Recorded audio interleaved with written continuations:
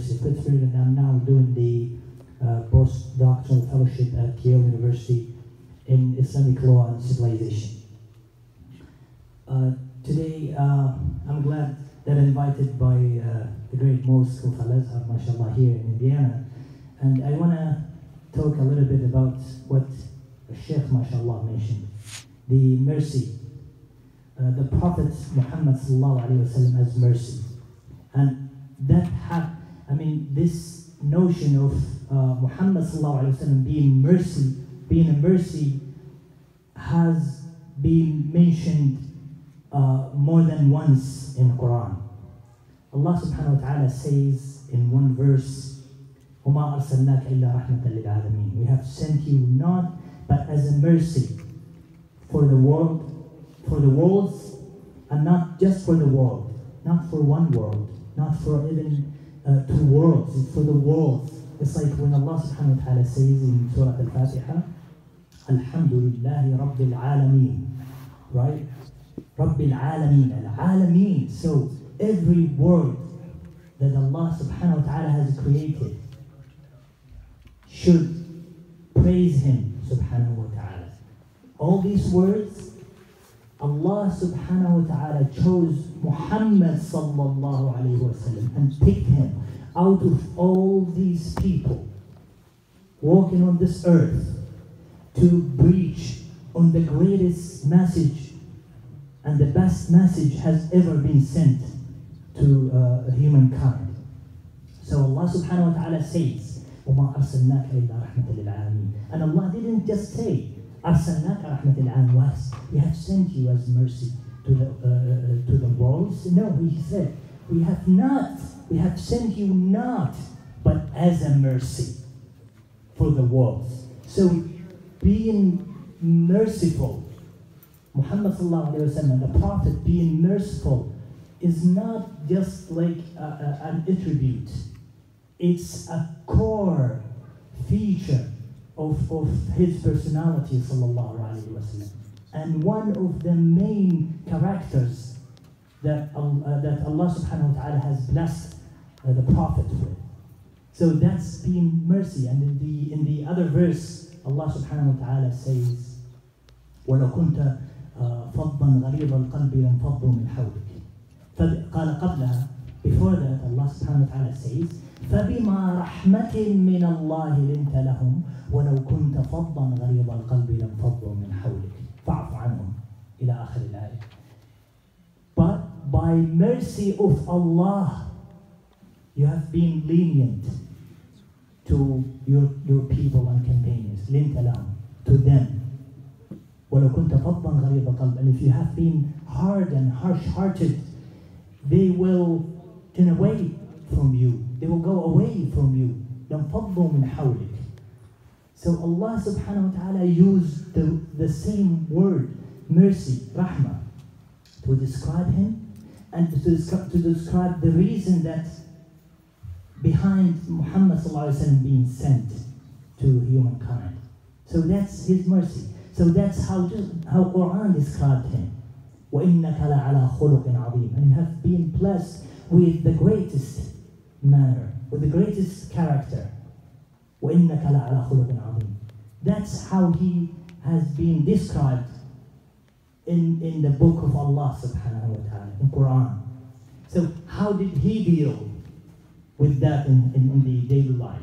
And I chose and I picked one place to show how the mercy has been shown in His character sallallahu alayhi wa sallam. I chose the place of Al-Masjid, the mosque, because we are in the mosque, right? So the mosque was a great place that a great deal of the time of the Prophet ﷺ has been spent. So he spent a great deal of his time in the mosque, and a lot of stories and a lot of stuff happened in the mosque, and a lot of Nabi ﷺ dealt with a lot of people and different people in the mosque, and a lot of stories happened there. So one story, Muhammad ﷺ was given a khutbah, given a speech. are not but a fitna, but a test for you. And he interpreted the word test here positively. It's fitna could mean different things, but one positive meaning is that when you are enjoying something very much, so that this would be a test for you how to respond to things you like and how to deal with it. And the other fitna, you know, it's just like the negative thing when you don't like, you know, something and you have to do it. So it's a fitna for you. It's a test whether you do it or not. So that's just one story. So he said, إِنَّمَا أَمْوَالُكُمْ وَأَوْلَادُكُمْ fitna. It's like this fitna. It's like this test, exactly. That's what I'm talking about. Well, it's like the desert. He could like take any, you know, part, any corner, and do whatever he wants. That's what he thought. He didn't know any better. He thought, well, that's okay. So, hey, he should be part of the program. So the guy didn't know and did that, and the campaigners, you know, went crazy. They said, "Hey, what are you doing there? I mean, you shouldn't be doing this here. We have like restroom there, and we have this and that, and you're doing this right in the mosque, like inside the mosque right here. And you shouldn't be doing that here, you know." And he was doing it while they were, you know, angry at him. So Muhammad sallallahu alaihi wasallam intervened in the event. And what do you think? The merciful Muhammad sallallahu alaihi wasallam. He stopped the campaign and he said, no, let him finish at least. Yeah, he was doing wrong, but let him finish. It's bad to just cut him off like in the middle of anything. Even this, he respected even this. Even that, he respected that. He said, well, let him finish, and we're gonna let him know later what happens and what should happen. And he didn't know any better. That's the best that he knew. So just let him finish, and we're gonna, you know, teach him later how to do that. So when he finished, the guy, it was normal, and he came to the Prophet ﷺ, and the Prophet said, sit. This is just a mosque, and you know, it's not very good to do this here. It's better if you just go there. There are like certain places to do this. And he was polite, and he taught him, and it was a lesson. And it was a lesson, guess for who? Not just for him, even for campaigners, right? How to deal with these events, how to deal with people, how to deal with different people like him, how to deal with events that could develop at surprising level, and how to deal with that. There was just great lesson from the Prophet sallallahu alaihi wasallam that mercy should include ignorant people, should include adults and non-adults. Mercy should include people who know and people who didn't know, should include Muslims and non-Muslims, should include different nations, should include different people and nationalities and whatever, right? That's the mercy. It's not exclusive. It's not just for specific time or specific people or specific region. No, it's mercy. It's very absolute. And that's when Ibn Taymiyyah, for example, said once that the mercy is an absolute character that should be applied for everyone in any situation at any time. Right? You shouldn't say, well, no, it's a different time. No. It's for every time. It should apply to anyone. That's the mercy that Allah subhanahu wa ta'ala showed in the Prophet sallallahu alayhi wa sallam. Other stories happened in the mosque too. Like Muhammad sallallahu alayhi wasallam was sitting in the mosque. And you know, when people have newborn kids and children, they would bring him to the mosque and to the Prophet sallallahu alayhi wasallam. Why? Because they would get blessing from him sallallahu alayhi wasallam. And Muhammad sallallahu alayhi wasallam would pray for them and would give them sometimes date so that would bless their mouth and body.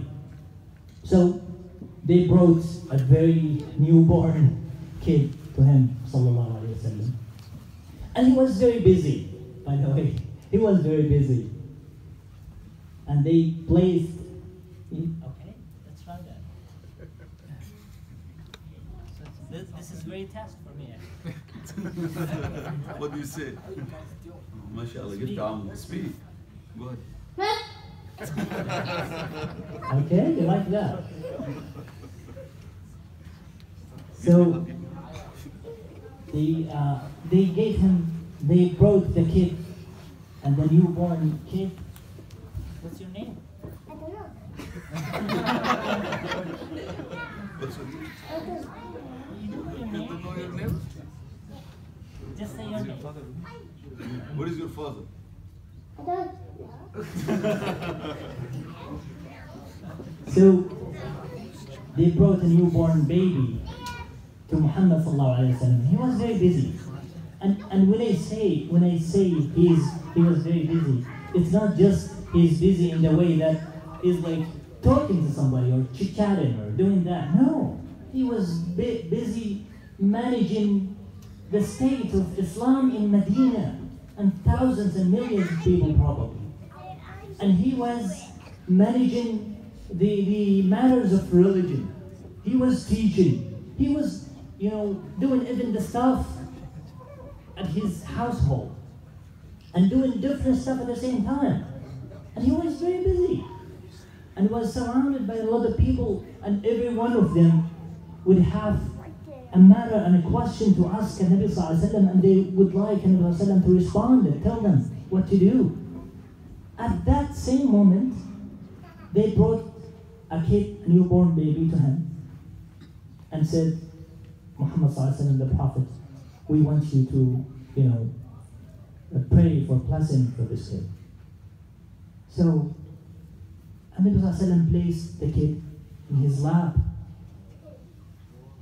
and was looking at the baby very mercifully and was doing that. So he was distracted by somebody asking like a question that, from this direction, that direction, and was getting busier and busier, and almost like forgot about the baby that is in his lap. But he didn't say anything. He didn't say, well, the baby is still in my lap. No, he just waited, quietly.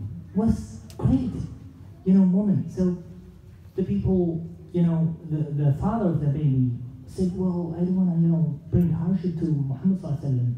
The kid is still in his lap, and so he took the baby without the Prophet noticing that, and took him away. And Nabi sallallahu alaihi wasallam, so after Nabi sallallahu alaihi wasallam realizing, well, where was the baby? So they told him, well, we took him away. We didn't want you to. He said, no, it was okay. What's his name? And they said his name is that. He gave a name. They gave a name. They didn't tell in the story, but they said we gave him a name. So Nabi sallallahu alaihi wasallam said, well, there is a better name.